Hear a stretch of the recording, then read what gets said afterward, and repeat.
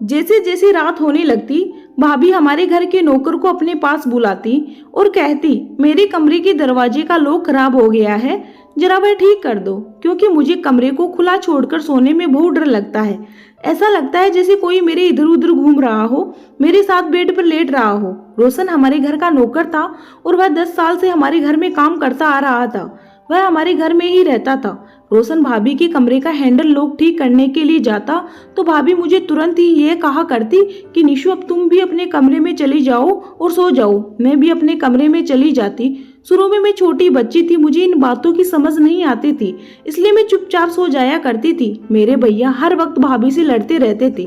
पता नहीं भाभी उनसे क्या कहती थी।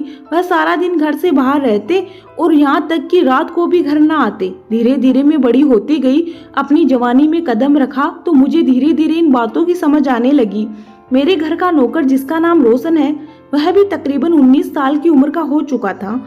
जैसे ही सांझ छाने लगती और रात होने लगती तो भाभी रोशन से कहती कि मेरे कमरे का लॉक ठीक कर दे, फिर से बंद नहीं हो रहा है, खराब हो गया है, पता नहीं क्या मामला है। रोशन कुछ जवाब नहीं देता और भाभी के कमरे में चला जाता। तो समय के मुताबिक, हाँ, अभी ठीक 2-4 मिनट के बाद मैं भी अपने कमरे में चली आती और दरवाजा बंद हो जाता। मेरे दिमाग में कई सवाल आ रहे थे कि आखिर ऐसा क्या मामला है कि रोज की रोज भाभी के कमरे का दरवाजा खराब हो जाता है।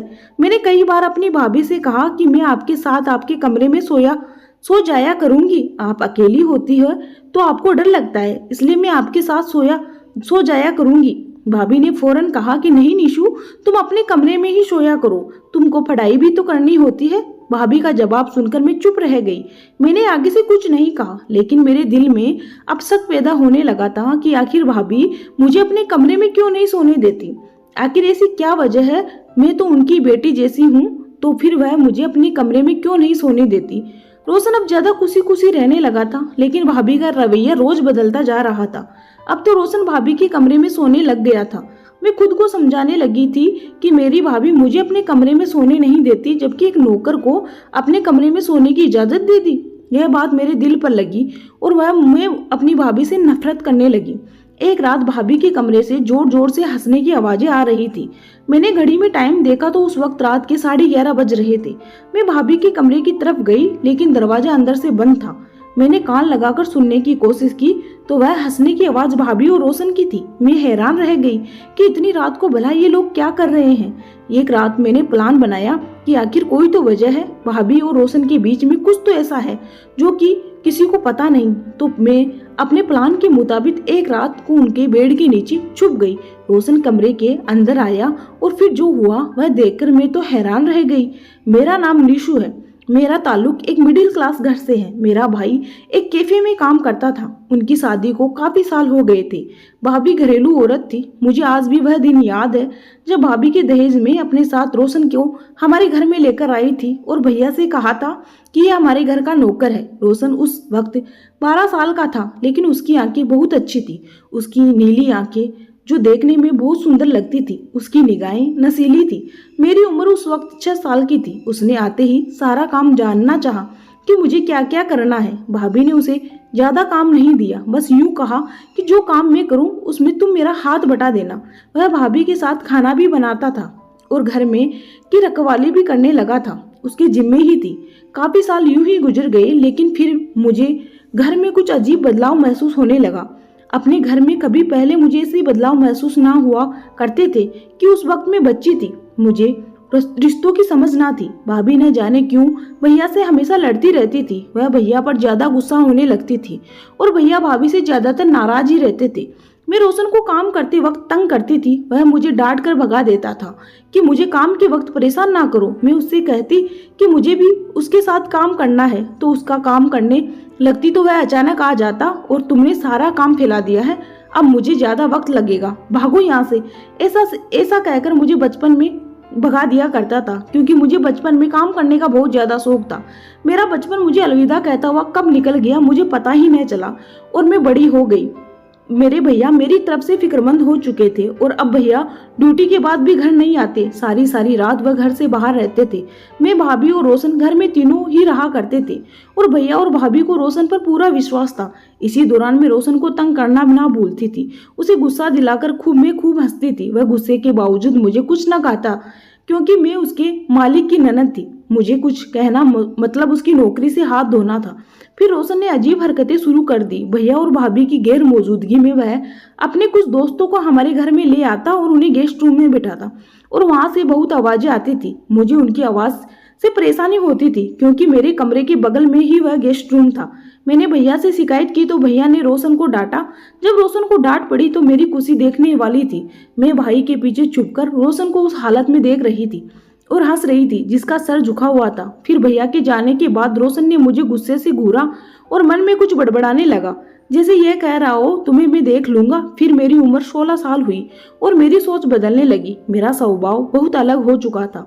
मुझे बहुत कुछ समझ में आने लगा था। मेरे भैया की लड़ाइयाँ आज तक होती रहती थी, इसलिए भैया घर आते ही नहीं थे। भाभी के सो जाने के बाद आते थे, कभी कभार आते तो लेकिन जब आते तो मैं उन पर चिल्लाना शुरू कर देती। मैं अब समझदार हो गई थी। भाभी को समझाने लगी कि भैया पर गुस्सा ना करे, घर का माहौल सही रखने की कोशिश करती रहती, लेकिन भाभी मेरी एक न सुनती। भाभी मुझसे कहती कि तुम्हें नहीं मालूम तुम्हारे भैया का दूसरी औरत के साथ चक्कर चल रहा है और अपना सारा पैसा उस औरत पर लुटा रहे हैं। मैंने भाभी से कहा कि यह आपकी गलतफहमी है, भैया ऐसे नहीं है, वह आपसे बहुत प्यार करते हैं। तो भाभी ने कहा कि उनके पास सबूत मौजूद है भैया के खिलाफ। तो मैं यह बात सुनकर हैरान रह गई कि आखिर कौन है जो भैया के खिलाफ भाभी को सबूत पेश करता है। मुझे रोशन पर शक होने लगा क्योंकि भाभी हर रात दरवाजे का लॉक खराब होने के बहाने से रोशन को अपने कमरे में बुलाती थी और फिर वह दोनों घंटों कमरे में रहते थे। मेरे भैया कहते थे कि मैं सिर्फ निशु की वजह से घर आता हूँ, लेकिन आज भाई के देर से घर आने पर अब मुझे भी शक होने लगा था। भाभी जो कह रही थी क्या वह बात सच थी? क्योंकि कोई अपने घर से सारी रात गायब कैसे रह सकता है? काम से थका होने के बाद तो इंसान का दिल चाहता है कि वह अपने घर में आकर आराम करे, लेकिन भैया तो घर नहीं आते थे, न जाने कहाँ आराम करते थे। अब मुझे भी परेशानी ने घेर लिया था। मेरे घर का माहौल बिल्कुल भी ठीक नहीं था। अब मुझे उस शख्स को पकड़ना था जो मेरी भाभी को भाई के खिलाफ कर रहा था। आखिर वह कौन था? मैं सोच कर परेशान हो गई। फिर एक दिन अचानक मेरा किचन से गुजरना हुआ तो देखा भाभी रोशन के साथ खड़ी हुई थी। रोशन कानाफूसी के अंदाज में भाभी को कुछ बता रहा था। मैंने कान लगाकर सुनने की कोशिश की तो वह यही कह रहा था कि भैया की एक नई गर्लफ्रेंड है जो कि काफी सुंदर है और वह सारा पैसा उसी पर लुटा रहे हैं। रोशन की बात सुनकर मेरे सर पर जैसे आसमान गिर गया था और मेरे पैरों तले की जमीन निकल गई थी। यानी मेरे घर में आग लगाने वाला शख्स कोई और नहीं बल्कि रोशन था। अब तो भाभी के साथ उनके कमरे में सोने लग गया था। क्योंकि मैंने कई बार भाभी से कहा कि मुझे आपके कमरे में सोना है तो वह टाल देती कि निशु मुझे खर्राटे मारने की आदत है, मैं नहीं चाहती कि तुम्हारी पढ़ाई में परेशानी हो। फिर मैंने यह भी देखा कि रोशन भैया से कुछ कहता और उस दिन के बाद से मैंने रोशन का पीछा करना शुरू कर दिया तो पता चला कि वह शख्स है जो अनजान औरतों का पता मेरे भैया को बताता है और मेरे भैया इनाम के तौर पर रोशन को पैसे देते हैं। यानी कि मेरे भाई का घर जो बिखर चुका था उसके पीछे किसी और का नहीं रोशन का हाथ था, जो भाई के राज भाभी को बताता और इसके बदले भाभी से पैसे लेता था। मैंने ना तो भैया से कुछ कहा और ना ही भाभी से कुछ कहा और उनका फिर झगड़ा, मैंने सोचा कि उनका फिर कोई झगड़ा ना हो जाए। मैंने फैसला कर लिया कि रोशन से बात करूंगी। एक दिन जब घर पर कोई नहीं था और घर के हॉल में बैठा रोशन टीवी देख रहा था, मैं उसके सामने गई और अजीब नजरों से उसे देखने लगी तो वह मेरी नजरों से परेशान हो गया। मैं 16 साल की हो चुकी थी लेकिन आज भी वह मुझे 6 साल की बच्ची समझ रहा था, लेकिन मैं बच्ची नहीं रही थी, मैं बड़ी और समझदार हो गई थी। मैंने साफ साफ कह दिया कि रोशन मेरे घर में आग लगाना छोड़ दो वरना मैं तुम्हारी जिंदगी में आग लगा दूंगी। मेरी बात सुनकर रोशन ने हैरत से मुझे देखने लगा और कहा क्या बात कर रही हो? मैंने कब आग लगाई तुम्हारे घर में? होश में तो हो तुम? रोशन ने अनजान बनने की कोशिश की लेकिन मैं उसकी आंखों में देखती रही। वह मेरे देखने से परेशान हो गया।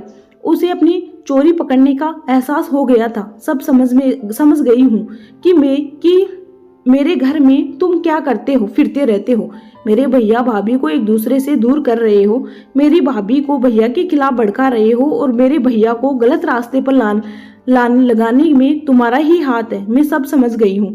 मैंने कहा तो उसने हैरत से मेरी तरफ देखा, लेकिन मेरी धमकी का उस पर कोई असर नहीं हुआ। उसने अपनी हरकतें जारी रखी। जब मैंने उस पर ज्यादा दबाव डाला तो उसने एक जोरदार थप्पड़ लगा दिया। मैंने उसकी आंखों में देखा, तुमने मुझे थप्पड़ मारा? वाकई यकीन नहीं आ रहा था कि उसने मुझे थप्पड़ मारा। तुम्हारी हिम्मत कैसे हुई मुझे थप्पड़ मारने की? मैंने उससे कहा। मैंने देखा कि उसकी आंखें गुस्से से लाल हो चुकी थी और उसने अपने हाथ में चाकू ले लिया था। उस वक्त मुझे रोशन से डर महसूस हो रहा था। वह मुझे एक जानवर इंसान लग रहा था। मैं काफी देर तक उसके हाथ में चाकू देखती रही। फिर मैं वहां से भागकर अपने कमरे में आ गई और अगले दिन उसने मेरी आंखों में देखा। उसकी आंखों में कोई राज की बात छुपी हुई थी जो मुझे समझ में नहीं आ रही थी। फिर वह खामोशी से आगे बढ़ गया। मैं सोचती रह गई कि आखिर आंखों ही आंखों में वह मुझे क्या कहना चाहता है। मेरी बहुत कोशिश के बावजूद जब अपनी हरकतों से बाज नहीं आया तो मैंने एक फैसला कर लिया कि मैं उसे हमेशा के लिए उस घर से निकलवा दूंगी और निकलवा के ही रहूंगी। मैंने अपने दिमाग में एक प्लान तैयार किया और मुझे उस दिन का इंतजार था, लेकिन मैं जानती थी कि मेरे कहने से कुछ नहीं होगा। भैया और भाभी दोनों को रोशन पर विश्वास था। रोशन को इस घर में बहुत अहमियत हासिल थी, सिर्फ इसलिए कि वह भैया को गलत रास्ते पर चलाता था और भाभी को भैया के राज बताया करता था। फिर भैया भाभी दोनों को नहीं मालूम था कि वह कितना गिरा हुआ इंसान है। पैसे के लिए ये सब कर रहा है। रात का वक्त था, रात के 10 बज रहे थे। भैया गेस्ट रूम में बैठकर कोई किताब पढ़ रहे थे और भाभी अपने कमरे में आराम कर रही थी। मैं किचन की तरफ जा रही थी। रोशन बेटा फोन देख रहा था। मैंने उससे कहा कि मेरे सर में बहुत दर्द हो रहा है, कुछ देर मेरा सर दबा दो। यह कहते हुए मैं अपने कमरे में आ गई और इंतजार करने लगी कि अब वह मेरे कमरे में आए और वह मेरे कमरे में आया। मैंने कमरे में जैसे ही वह मेरे कमरे में आया, मैं उसके कमरे में घुसते ही कमरे को कुंडी लगा ली। सब इतना अचानक हुआ कि उसे समझ में नहीं आया कि मैं क्या करने वाली हूँ। दरवाजे को कुंडी लगाने के बाद मैंने जोर जोर से चिल्लाना शुरू कर दिया, भैया भाभी बचाओ। मैं चिल्लाते हुए कहने लगी तो वह मेरी तरफ देखा। उसे अभी भी समझ नहीं आ रहा था कि मैं क्या कह रही हूँ। मेरी चीखें सुनकर भैया भाभी दोनों भागते हुए मेरे कमरे में आ पहुंचे। रोशन ने बाहर जाने की कोशिश की, लेकिन मैंने दरवाजे के सामने खड़ी हो गई और उसका रास्ता रोक लिया। हटो मेरे सामने से। रोशन ने मुझे धक्का देने की कोशिश की, लेकिन मैंने फौरन कुंडी खोल दी और अपना दुपट्टा रोशन की तरफ उछाल दिया जो उसके हाथों में आ गया था। भैया ने हैरत से मेरी तरफ देखा और पूछा कि क्या हुआ। मैं रोते हुए अपने भैया से लिपट गई। भैया, रोशन मेरे साथ बदतमीजी करने की कोशिश कर रहा था। यह मेरे साथ जबरदस्ती करने वाला था। मैंने रोते हुए अपने भैया से कहा और सिसकियां ले कर रोने लगी। फिर मेरे भैया ने गुस्से भरी नजरों से रोशन को देखा, उसे मारना पीटना शुरू कर दिया और उसे मार मार कर उसका बहुत बुरा हासिल कर दिया। तुम्हारी हिम्मत कैसे हुई मेरी बहन को हाथ लगाने की? अब वह शख्स गुस्से में आ गए थे। उनका तो बस चल रहा था कि रोशन को जान से मार दे।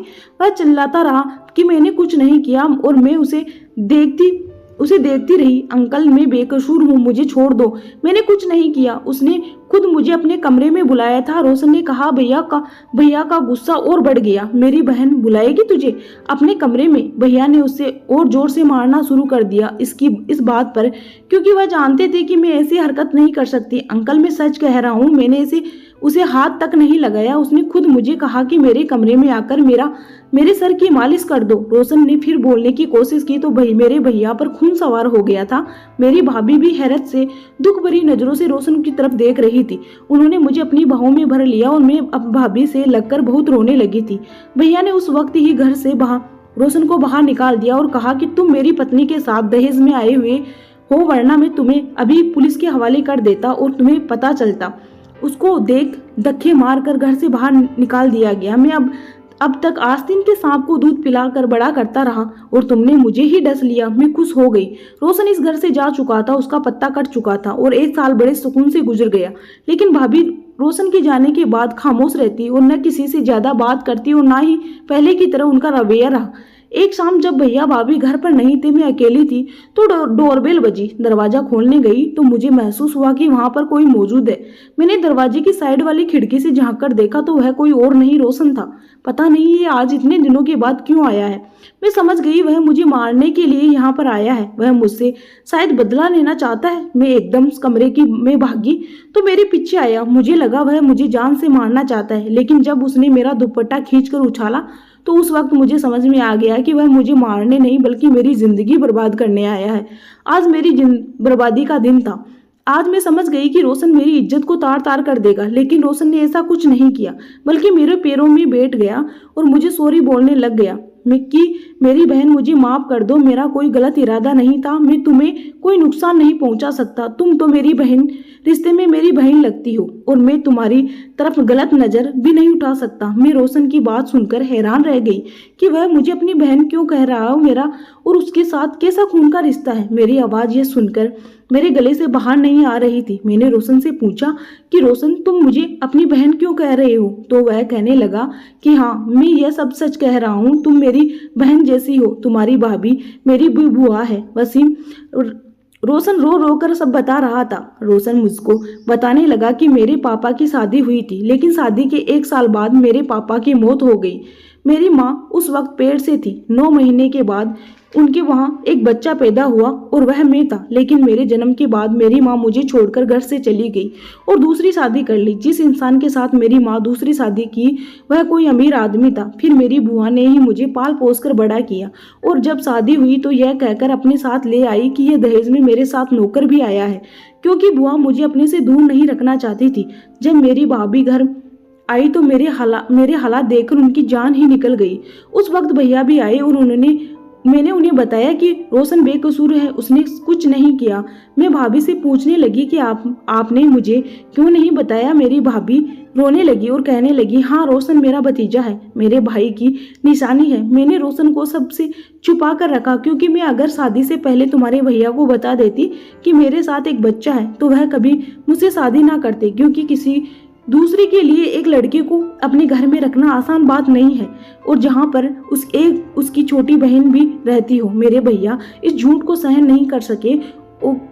ये बात मेरे भैया इससे इतने सालों तक छुपाई रखी। यह सदमा वो मेरे भैया सहन ना कर सके। उसी वक्त उनको दिल का दौरा पड़ गया और वहीं पर उनकी जान चली गई। आज इस हादसे को अरसा गुजर चुका है। मेरी भाभी सदमे से पागल हो गई थी। जिस घर को बचाने के लिए मैंने इतना कदम उठाया, इतनी भाग दौड़ की, वह घर ही ना बचा सकी। भाभी की पहली गलती यह थी कि वह रोशन के बारे में हमें सब कुछ बता देती। काश भाभी पहले बता देती कि रोशन उनका ही भतीजा है, तो शायद हमारे भैया हमारे साथ होते और भाभी की आज जो ये हालत हुई है ये कभी ना होती। आशा करती हूँ दोस्तों आपको मेरी कहानी जरूर पसंद आई होगी। अगर आपको मेरी कहानी पसंद आई हो तो मेरे चैनल को लाइक और सब्सक्राइब जरूर से कीजिएगा, और इस कहानी के बारे में आपकी क्या राय है कमेंट करके जरूर बताइएगा।